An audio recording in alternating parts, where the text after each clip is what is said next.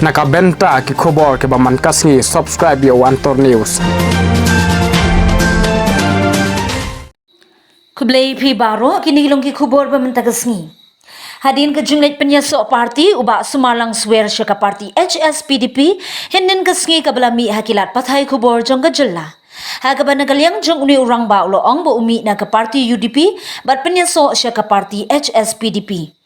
Henry mentakasngi nagalyang jong ginong yalam ka parti UDP Hariboy habakran hakilat pathai khubor kilaong ba uba sumalang swer ula resign na ka parti UDP na duga khat neutrik urimpang arajar arpuar. Bad ongru bahadian katay nagalyang ka parti ling bakilat pathai khubor kiyo jingtib ru ba ula penyaso bad ka kenhun UCPF lani ko umsning constituency People's Forum bad hadian jong katay kinong yalam ka parti UDP kimdan jingtib shu syai udan.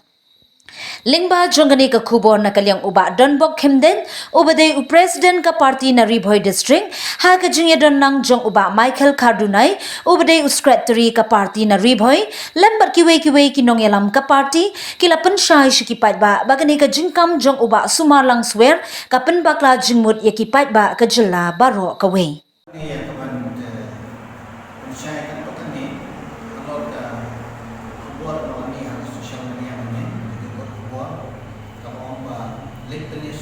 Presiden yang ke Youth UDP siaga HSPDP kita belum ini berubah semua sudah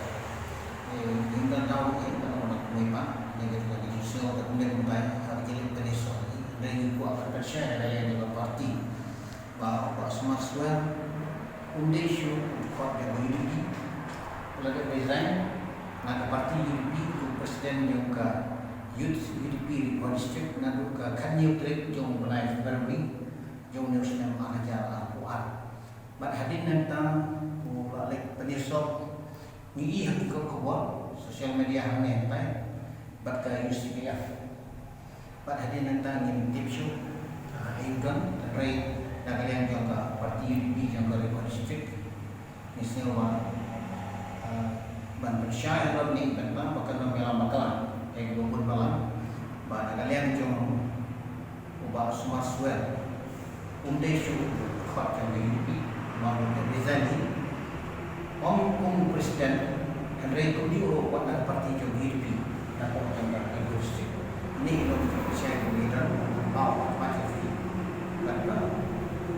nanti shipment kemudian tiba kalau mau kuat bawa ini no parti kami menyelam lain hidup mereka tidak mau saya baik but kalau mungkin udah kalau udah ini lima ketika resignation letter atau submit siapa parti UDP siapa presiden yang ke UDP Riboy district ketika resignation letter ni kalau yang ada kat ni trip yang mulai rempang yang harusnya mana jalan hari ini ular resign Om tanggung presiden yang ke Youth UDP Riboy district tunjuk resign naga hilong parti UDP baru